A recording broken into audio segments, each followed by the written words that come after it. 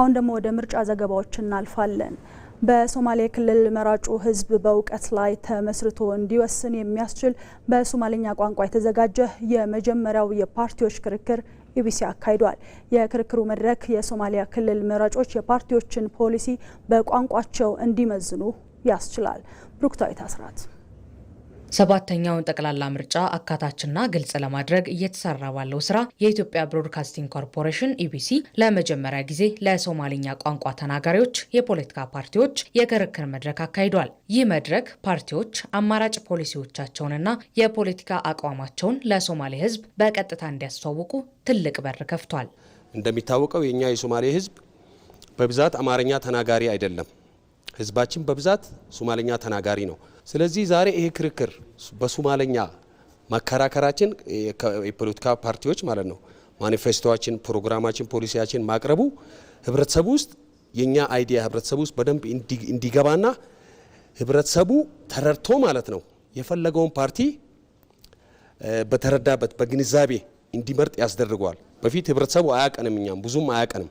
ስለዚህ ዛሬ ህብረተሰባችን በአንዴ እንዲያውቀን ማኒፌስቶአችን ምን እንደሆነ፣ ፖለቲካ ፕሮግራማችን ምን እንደሆነ፣ ፖሊሲያችን ምን እንደሆነ በቀላሉ የሚረዳበት መንገድ ስላገኘን በጣም ለኛ ትልቅ ቻንስ ነው ማለት ነው። በሶማሊኛ ቋንቋ የክርክር መድረክ መዘጋጀቱ መራጩ ህዝብ በምርጫ ወቅት በበቂ መረጃ ላይ ተመስርቶ የራሱን ነፃ ውሳኔ እንዲሰጥ የሚያስችል ወሳኝ እርምጃ ነው።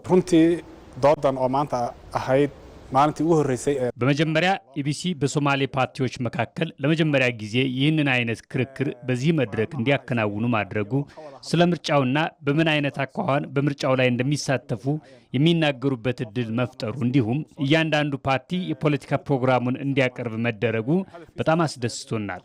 ኢቢሲ ይህን ማድረጉ ለዲሞክራሲ ስርዓት ግንባታ የላቀ ሚና አለው። የሶማሌ ህዝብ በፖለቲካዊ ሂደት ላይ ያለው ግንዛቤ እየጨመረ መጥቷል።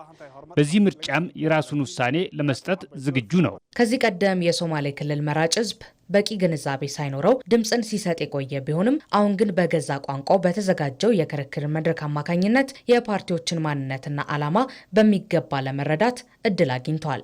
መራጩ ህዝብ የአንድም ፓርቲ ፖለቲካ ፓርቲና ማኒፌስቶን ሳያቅ ሲመርጥ ነበር በብዛት ብዙ ጊዜ ማለት ነው። ወይ ደግሞ በአስተርጓሚ ሰምቶ ወይ በሌላ ሰው ይነገረውና እንደዚህ ነው ተብሎ በአስተርጓሚ። አሁን ግን ቀጥታ ነው።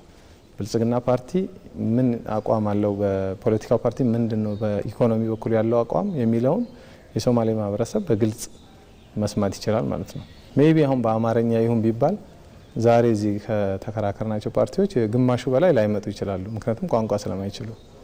ስለዚህ ምረጡኝ የሚል እንቅስቃሴም ላያደርጉ ይችሉ ነበርና ይሄ ትልቅ እድል ነው፣ ትልቅ ለውጥ ነው ብዬ ነው የማስበው። ተሳታፊ የፖለቲካ ፓርቲዎች ይህንን ታሪካዊና ምቹ የመገናኛ ብዙሃን መደላድል ለፈጠረው የኢትዮጵያ ብሮድካስቲንግ ኮርፖሬሽን ያላቸውን ጥልቅ ምስጋና አቅርበዋል። እንዲህ ያሉ በቋንቋ ላይ የተመሰረቱ የውይይት መድረኮች በሀገሪቱ የዴሞክራሲ ስርዓት ግንባታ ሂደት ውስጥ የጎላ ሚና አላቸው።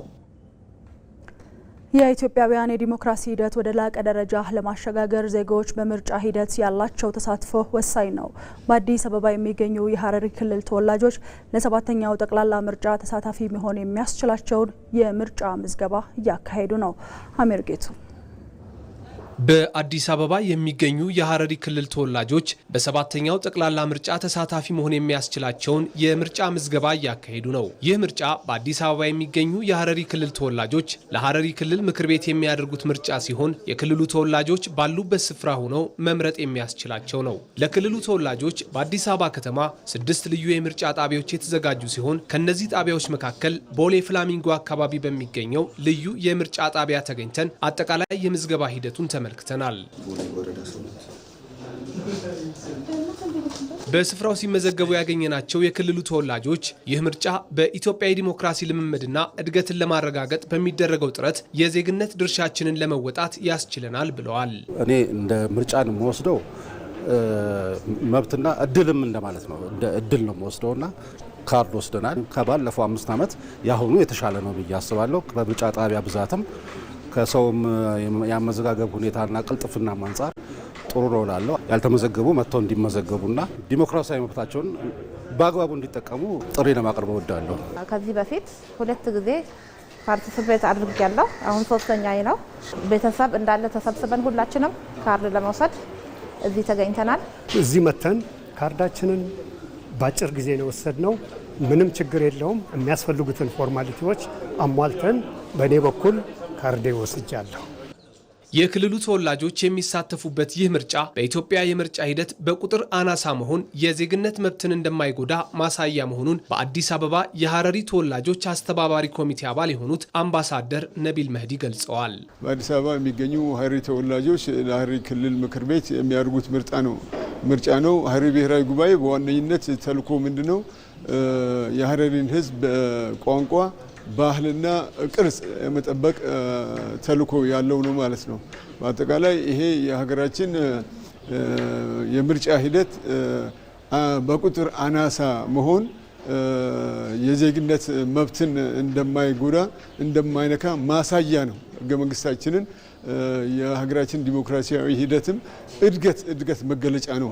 የኢትዮጵያን የዲሞክራሲ ሂደት ወደ ላቀ ደረጃ ለማሸጋገር የሚደረገውን ጥረት ለማሳካት አይነተኛ ሚና ይጫወታል ብለዋል አምባሳደሩ።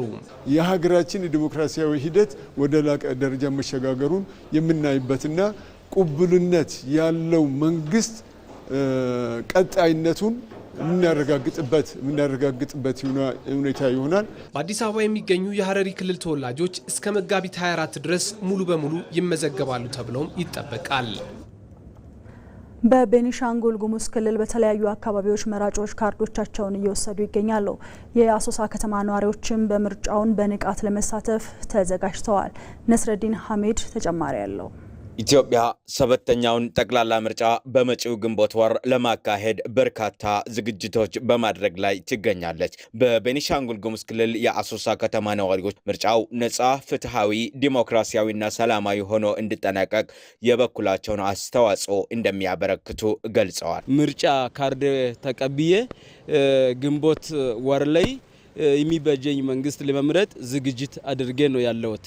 ምርጫም 6ኛ ዙር ላይ መርጫለሁ። አሁን 7ኛው ዙሩን ደግሞ ለመምረጥ ተዘጋጅቼ ነው ያለሁት። ሰባተኛው ጠቅላላ ምርጫ ካለፉት ምርጫዎች የዲሞክራሲ ልምምድ የበለጠ የሚጠናከርበትና ዜጎች ይበጀኛል ያሏቸውን ፓርቲ የሚመርጡበት በመሆኑ በየደረጃው የሚገኙ የማህበረሰብ ክፍሎች የነቃ ተሳትፎ ማድረግ እንዳለባቸው ነዋሪዎቹ ጠቁመዋል። ምርጫ ሲባል አንድ የዲሞክራሲያዊ መንገድ መገለጫ ነው። ለኔ ይሆነኛል፣ ይበጀኛል፣ ያስተዳድረኛል የሚለውን ፓርቲ የመመርጥበትን እድል ስለሆነ የራሴን እያረኩ ነው ያለሁት። አሁን የራሴ ዝግጅት እያረኩ ነው ያለሁት። ከዚህም ከዝግጅቱ ደግሞ የመጀመሪያው ዝግጅት የሆነ የምርጫ ካርድ መውሰድ ስለሆነ ለምርጫው ዝግጅት እንዲሆነ የምርጫ ካርድ በዛሬው ዕለት ወስጃለሁ ለመጀመሪያ ጊዜ ማለት ነው። እኛ እየተዘጋጀ ነው፣ የምርጫ ካርድ እየወሰድን ያለ ነው። በጣም ደስ የሚል ነው። ከዚህ በኋላ እኛ የሚበጀንን መንግስት ለመምረጥ ተዘጋጅተናል። ኢትዮጵያውያን ዲሞክራሲያዊ መብታቸውን በመጠቀም ይበጀኛል ያሏቸውን ፓርቲ ግንቦት 24 ይመርጣሉ ተብሎም ይጠበቃል። ለኢቲቪ ነስራዲን ሐሚድ ከአሶሳ።